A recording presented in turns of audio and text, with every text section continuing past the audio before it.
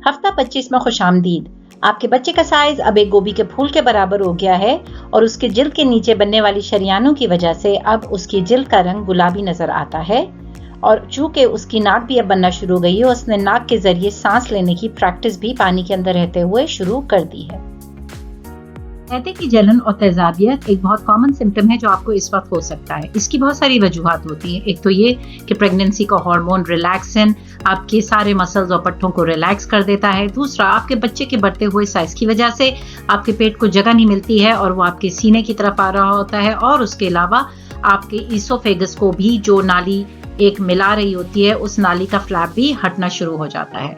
ये सब वजह बनती है कि जो आपको मुस्तकिल मैदे की जलन, तेजाबियत और गले में खाने का आना एक शिकायत की तरह से महसूस होता है। इसके लिए आप एक तो ये कर सकती हैं कि बासी चीजें, तली हुई चीजें और ज्यादा मिर्च मसाले वाली चीजों से परहेज करें। उसके अलावा खाना थोड़ी थोड़ी मकदार में मुख्तलिफ वक्फों से खाएं, लेट के ना खाएं और अगर सोएं तो थोड़ा से तकिए 2-3 नीचे ऊपर रख के सोएं और उसके अलावा रात को सोने से पहले थोड़ी देर पहले से खाना खाना बंद कर दीजिए।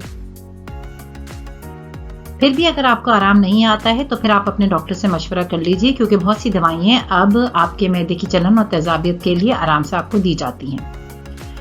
कब्ज भी एक बहुत इंपॉर्टेंट मसला होगा जो इस वक्त आपको हो सकता है। उसके लिए आप ये कर सकती हैं कि आप ज्यादा फाइबर का इस्तेमाल करें, ज्यादा पिएं और थोड़े चहलकदमी भी कर लीजिए।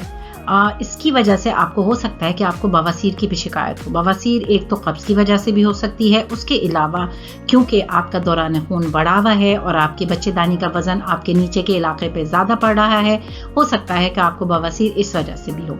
बवासीर के इलाज के लिए भी या तो आप ये है कि अपने डॉक्टर से रुजू करें या फिर ये कि लोकली आपको लगाने के लिए क्रीमें मिलती हैं, आप वो क्रीम भी आराम से लगा सकती हैं, हमल में महफूज होती हैं। ख़वातीन का वजन इस दौरान में बहुत तेजी से बढ़ता है और इसके बरक्स किसी का बिल्कुल भी नहीं बढ़ता। हो सकता है आप उन ख़वातीन में शामिल हों जिनका वजन बहुत तेजी से बढ़ रहा है। अगर आपका हमल से पहले का वजन बिल्कुल मुनासिब था तो कोशिश करें कि वजन इतना ज्यादा ना बढ़े कि जो आपको आखिर में जब आपके दर्द हो रहे हो तो आपको वो परेशानी का बायस बढ़े। ज्यादा खुराक खाना भी बहुत ज्यादा अच्छी बात नहीं होती है।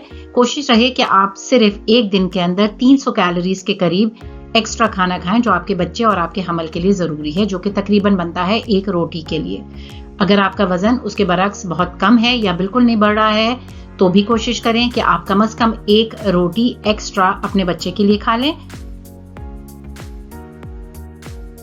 अब आप अपने बच्चे के लिए बहुत अच्छा सा कोई सा नाम भी सोच सकती हैं और चाहिए आपको कि अपने शौहर से भी डिस्कस करें।